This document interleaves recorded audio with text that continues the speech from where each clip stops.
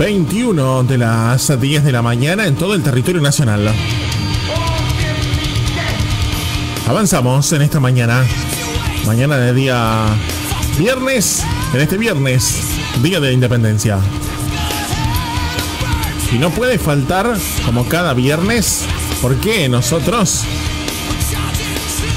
analizamos todo lo que nos deja la historia y, por supuesto, el encargado de hacer eso en estas ediciones de Ronda es el señor Juan Cruz Coronel, a quien le voy a dar la bienvenida ya en esta mañana. Juan, ¿cómo te va? Buen día. Buen día, Nico. Buen día, Noemí. ¿Cómo estás? Buen día. Muy bien, ¿y vos?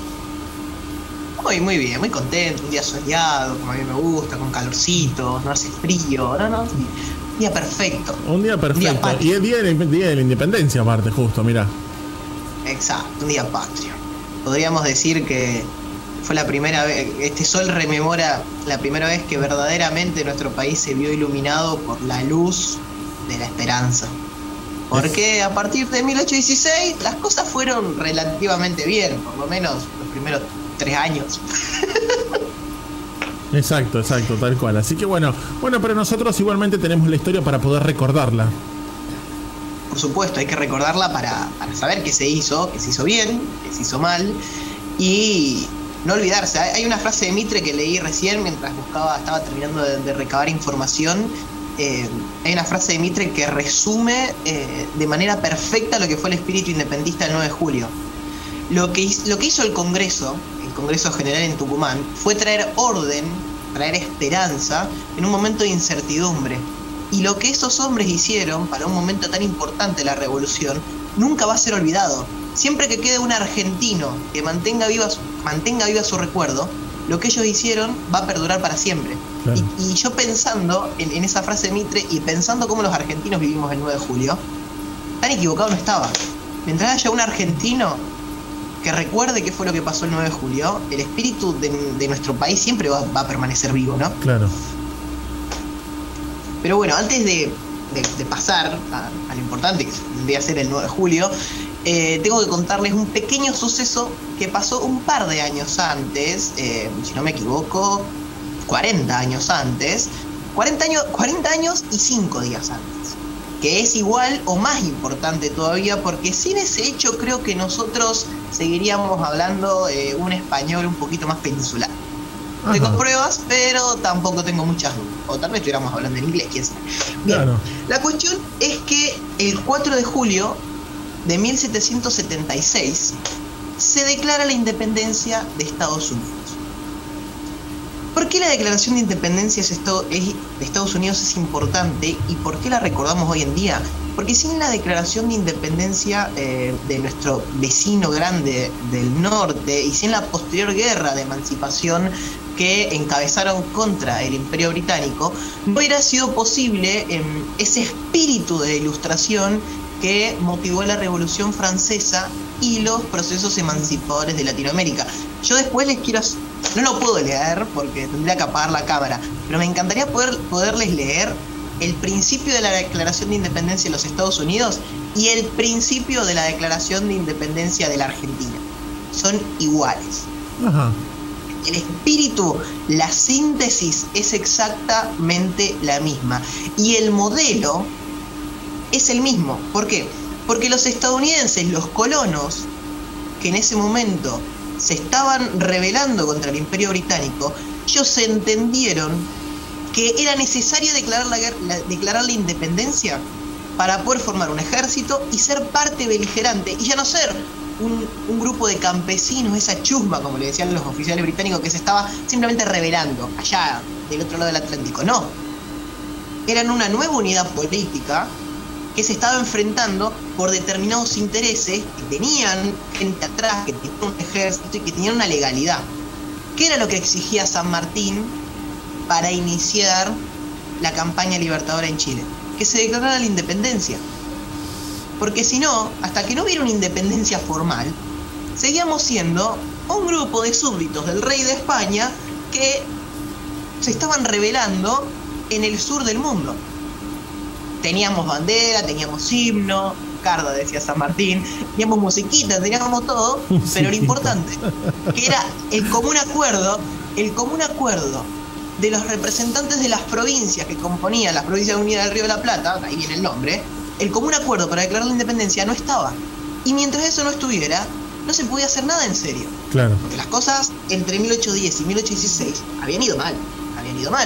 Expediciones, tres expediciones auxiliadoras al Alto Perú que salieron bastante mal.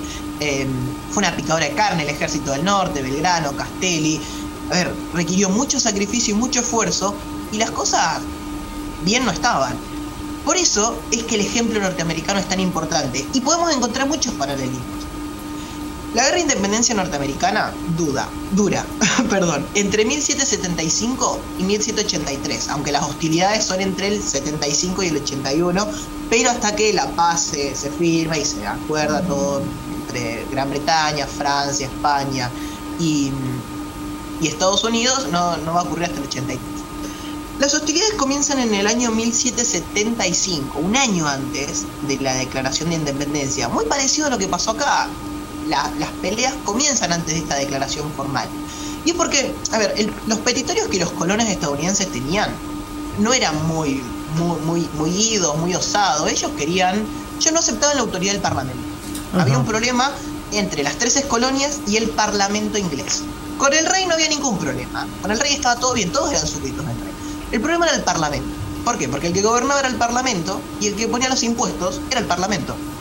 Y el Parlamento había empezado a tomar una serie de medidas que se inmiscuía de manera más profunda en la vida y en el gobierno de las 13 colonias, que en sus 300 años de existencia, 100, 150 años de existencia, habían gozado de un autogobierno bastante importante, una libertad y una autonomía muy grande. Tenían sus propias asambleas, tenían sus propios mini parlamentos donde ellos decidían cómo se gobernaban.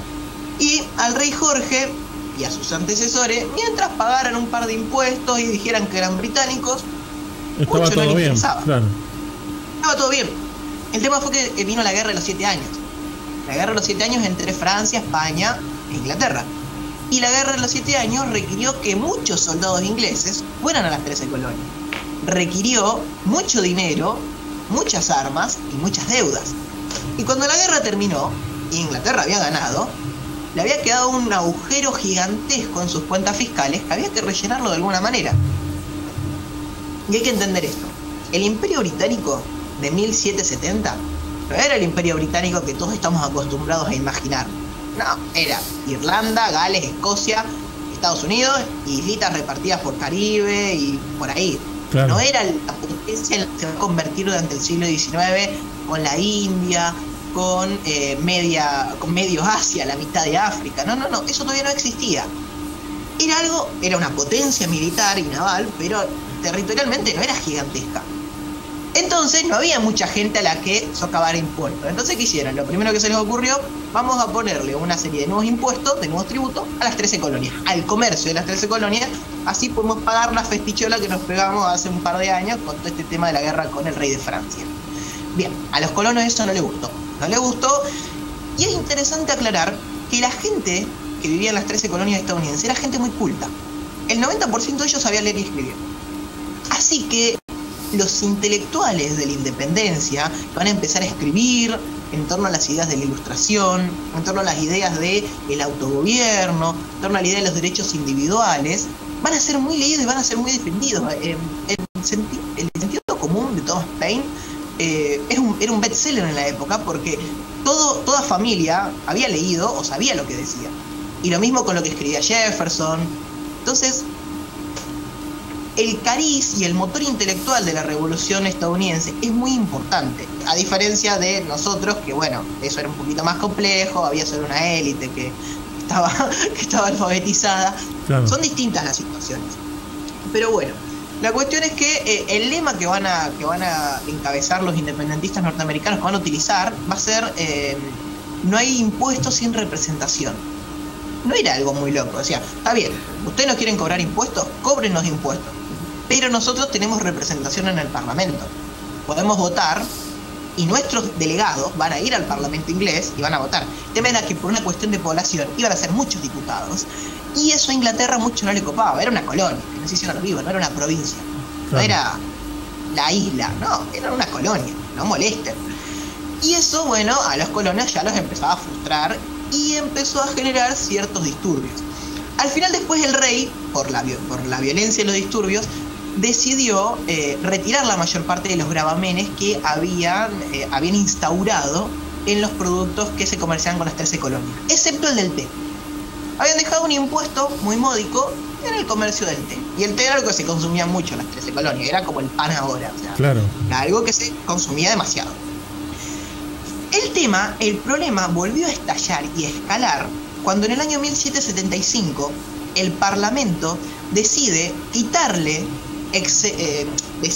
una exención de impuestos sobre el comercio del té a la Compañía Británica de las Indias Orientales, que era una compañía comercial que tenía mucho lobby en el Parlamento. Es decir, habrá coimeado a un par de legisladores para que los eximieran de ese impuesto.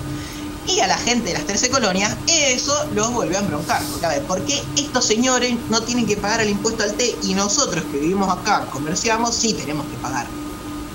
Y por eso se organizó el boicot del té. No sé si lo conocen, el famoso Tea Party, el boicot del té de Boston, donde ciudadanos de Boston, disfrazados de indios cherokee, si no me equivoco, se subieron a los barcos de las compañías de la británica y la India Oriental y le tiraron el té al agua. El té era algo que no era barato, era bastante caro, como se lo tira de China. Y lo tiraron todo al agua. Ay. Ya las cosas se estaban poniendo feas. Después va a venir la masacre de Boston, que va a seguir caldeando los ánimos. Y todo va a... los británicos van a empezar a responder, mandando más soldados, pero todavía era una cuestión policial, tipo, hay disturbios, tenemos que calmar los disturbios. Todo va a estallar en el año 1775 en las batallas de Concord y de Lexington. Son combates que va a haber entre milicianos, los famosos Minutemen, hombres minutos, es decir, granjeros que estaban cuidando sus vacas. De golpe caía un mensajero y le decía, vienen los casacas rojas, ellos agarraban su rifle y iban al combate. Bien.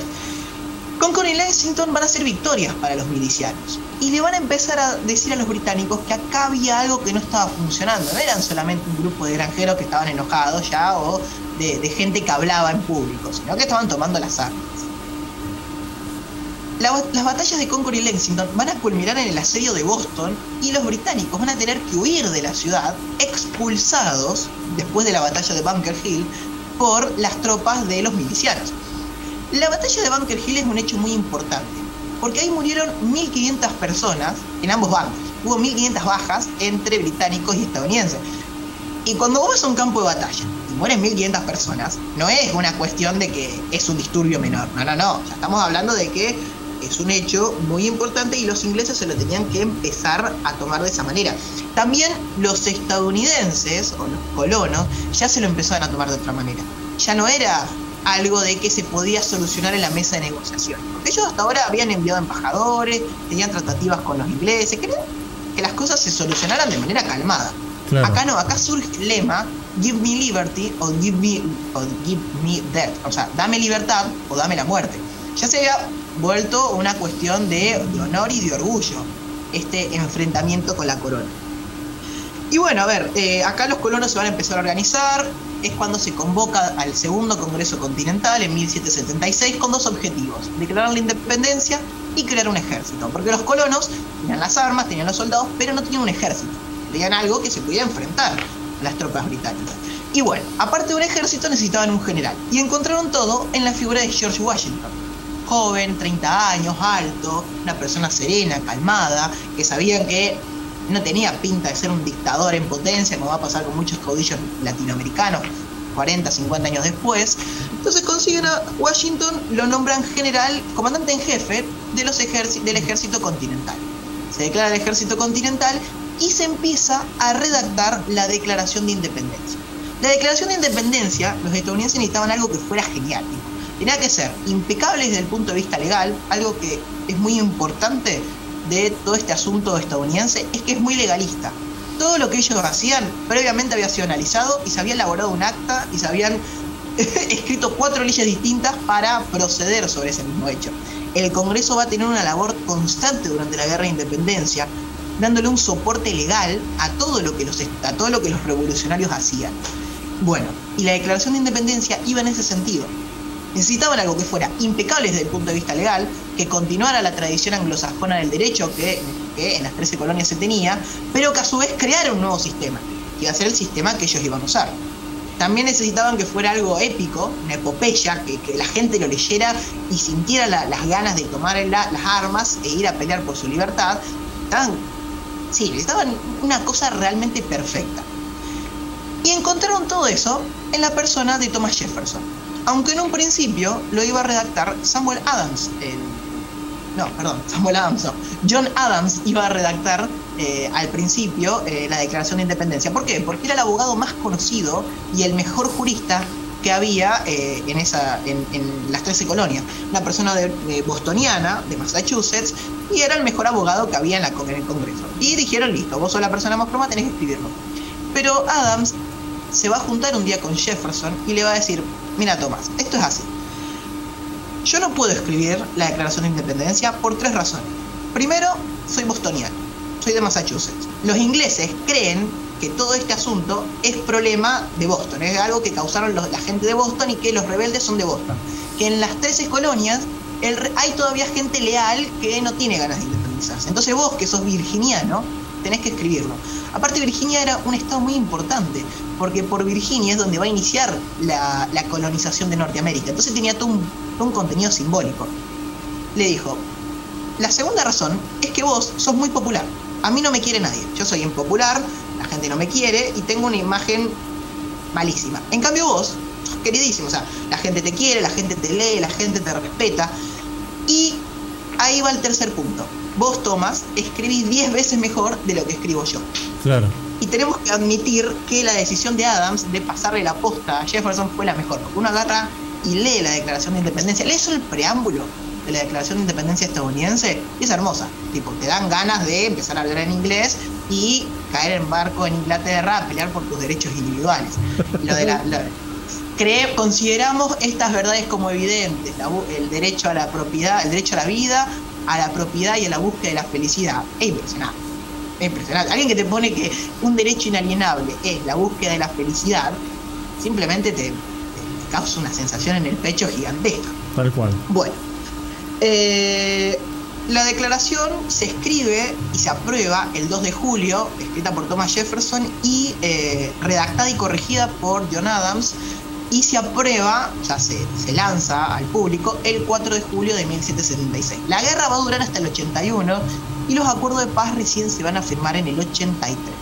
Pero bueno, este cuerpo legal que surge con la declaración es muy importante, porque 40, 50 años después, mucho más al sur, en una ciudad bastante calurosa, de una provincia que ahora conocemos como Tucumán, en la casa de una viuda adinerada, 28 diputados llevaban 2 meses reunidos intentando decidir cuál iba a ser la forma de gobierno de una nueva nación que se intentaba emancipar de la corona española. ¿Por qué es importante? Yo les voy a contar un dato que poca gente conoce. ¿Quién redactó la Declaración de Independencia? ¿Alguien sabe quién escribió la Declaración de Independencia de Argentina? No. Es muy interesante. No sé, Cuando uno habla pero... cuando uno habla del Acta de Independencia estadounidense, todo el mundo sabe que Jefferson escribió. Y lo importante que fue Jefferson, después fue presidente, fue vicepresidente, una personalidad política muy importante. Y todos saben que la Declaración de Independencia igual Jefferson. Pero con la nuestra, es como que la Declaración de Independencia tenemos la figura de Paso, que fue el que leyó el acta que los diputados aprobaron, pero nadie sabe quién la escribió. Y la escribió una persona que ni siquiera actualmente sería argentina. Ajá. La escribió un jurista, tal vez la persona más brillante que estuvo en el Congreso General, más que Belgrano, más que Paso. Estamos hablando de una de las mentes más capaces del periodo revolucionario, llamado José Mariano Serrano. José Mariano Serrano era diputado por Charcas, actual Bolivia, por la región del Alto Perú. Y él fue el que escribió nuestra Acta de la Independencia. Y él fue el que la escribió en español y en quechua, ya que él sabía hablar los 2 idiomas. Y el acta original está redactada tanto en español como en quechua. Esta persona no solo ocupó cargos a lo largo de toda su vida política, él participó de la revolución de Chuquisaca en 1809, también de la revolución de Potosí en 1808, antes de la primera junta. Fue parte de los gobiernos provisorios de 1811, estuvo en el gobierno con Alvear en 1815, en el propio 1815 lo van a elegir diputado, y después él va a seguir trabajando primero para la independencia de las Provincias Unidas del Río de la Plata y después para la independencia de su natal Bolivia. Él va a ser nada más y nada menos el presidente de la asamblea que declaró la independencia de Bolivia. Una persona que estuvo en carne y hueso, en tal vez todos los hechos políticos más importantes de esta parte de Latinoamérica, de los primeros 20 años del siglo XIX, y poca gente lo conoce. Pero bueno, vamos a hablar un poco de lo que era la situación. Para eso está usted, para recordárselo. Muchas gracias. Sí. A ver, la situación en 1816 en las Provincias Unidas era muy compleja. Estamos fragmentados, rodeados y sin una autoridad firme que pudiera nuclear los esfuerzos generales en pos de la independencia. ¿Por qué digo esto? Por un lado teníamos a la Liga de los Pueblos Libres. Artigas, si se acuerdan de Artigas, estaba deambulando por ahí y había convocado un año antes a un Congreso General Federal que se llamó la Liga de los Pueblos Libres en la Banda Oriental. En Entre Ríos lo convocó. De él participaron Santa Fe, Entre Ríos, Las Misiones y la Banda Oriental. Y Artigas alegaba que el Congreso General de Tucumán no era válido o no era legal porque él había convocado uno primero y que Buenos Aires y las demás provincias se tenían que plegar al Congreso artiguista, no al Congreso convocado por Buenos Aires.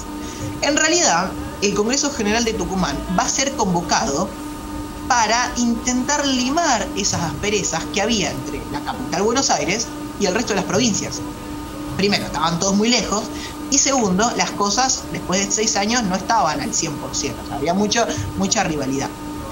Al Congreso al final van a asistir delegados de Buenos Aires, Córdoba, Mendoza, La Rioja, San Juan, Catamarca, Santiago del Estero, Tucumán, Salta, Jujuy, Charcas y Misque. Charcas y Misque, Potosí, Cochabamba, lugares que actualmente pertenecen a la República Plurinacional de Bolivia, pero que en ese momento todavía tenían ganas de incorporarse a lo que posteriormente iba a ser la República Argentina. Bien, como ustedes escucharán, ni Santa Fe, ni Entre Ríos, ni Las Misiones, ni la Banda Oriental asistieron al Congreso General de Tucumán. Es decir, en nuestro territorio había dos unidades políticas distintas. Por un lado tenías el directorio y por otro lado tenías a Artigas y los caudillos de la Liga de los Pueblos Libres que no le respondían al directorio. Claro. Además tenías a los españoles, a los realistas que habían reconquistado Chile y que eran los amos absolutos del Alto Perú, amenazando con invadir Salta y con invadir Jujuy. Y la amenaza siempre latente de que los españoles cruzaran la cordillera e invadieran Mendoza. La situación era muy compleja y era necesario organizarse. Había que hacer algo. Entonces Álvarez Tomás, que era el director supremo en 1815, convoca a este Congreso General. En el Congreso se van a discutir muchísimas cosas, forma de organización, forma de gobierno, pero lo que sí todos estaban de acuerdo era en que había que declarar la independencia. Todos los diputados fueron al Congreso con una instrucción en común, la de declarar la independencia. Después había unitarios, federales, monárquicos, republicanos, había de todo en esa lista de personas. Pero todos iban con una idea concreta, declarar la independencia. Y eso se realizó durante la sesión ordinaria del 9 de julio de 1816, cuando el secretario Paso, en el acta, va a decir que el secretario de la Junta, Juan José Paso, leyó ante los presentes, les preguntó de manera muy epopéyica si los diputados de las Provincias Unidas del Río de la Plata estaban dispuestos a romper los vínculos violentos que los unían con España, con Fernando VII, su metrópoli y sus sucesores, a lo que los diputados respondieron clamorosamente que sí. De esta manera, las Provincias Unidas del Río de la Plata iniciaban ese camino de desasosiego y ese tortuoso y largo sendero por su independencia. Porque está bien, una vez que declaramos la independencia, fue que pese a que adentro todo el mundo se había peleado, San Martín pudo realizar la campaña de Chile. Porque es muy interesante que San Martín, pese a que había hecho mucho lobby, había tumbado a Alvear. A ver, que Alvear no sea director supremo es toda jugada de San Martín. Le quitó su apoyo, le quitó el ejército y bueno, ¿viste?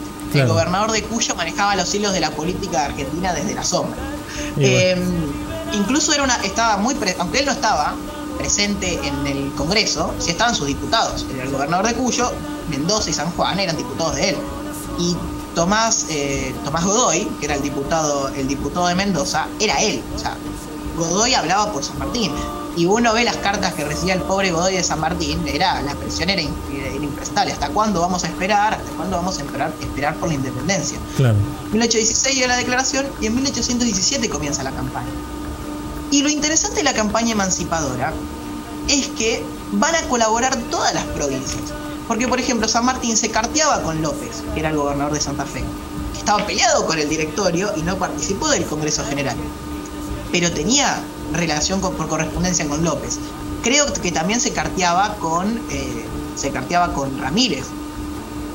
San Martín se negó a reprimir a Artigas. Es decir, más allá de las discrepancias políticas que había dentro, sí había una firme decisión general por apoyar al general San Martín en su invasión a Chile. Y así se hizo, porque hay una anécdota muy curiosa, que es cuando San Martín regresa de la campaña en 1822, que Rivadavia era allá, sí, me parece que sí, lo manda a detener, lo iban a detener y juzgar por traición, si no me equivoco, a San Martín, por haber desobedecido las órdenes de Buenos Aires. López en una carta le dice que si él está dispuesto, toda Santa Fe se va a levantar en armas para llevarlo a los hombros hasta la plaza del monumento, porque 1811 creo, 1820, no me acuerdo bien, ¿vieron la famosa pirámide de la Plaza de Mayo? Se construye por esa fecha, ahí para conmemorar el primer aniversario o el 10º aniversario de la primera Junta de Gobierno.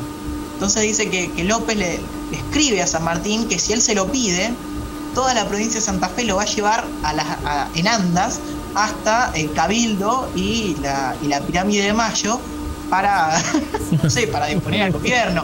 No sabemos bien qué era lo que estaba pensando López. San Martín le dijo, no es necesario, ¿no? Claro. Tranquilidad, calma.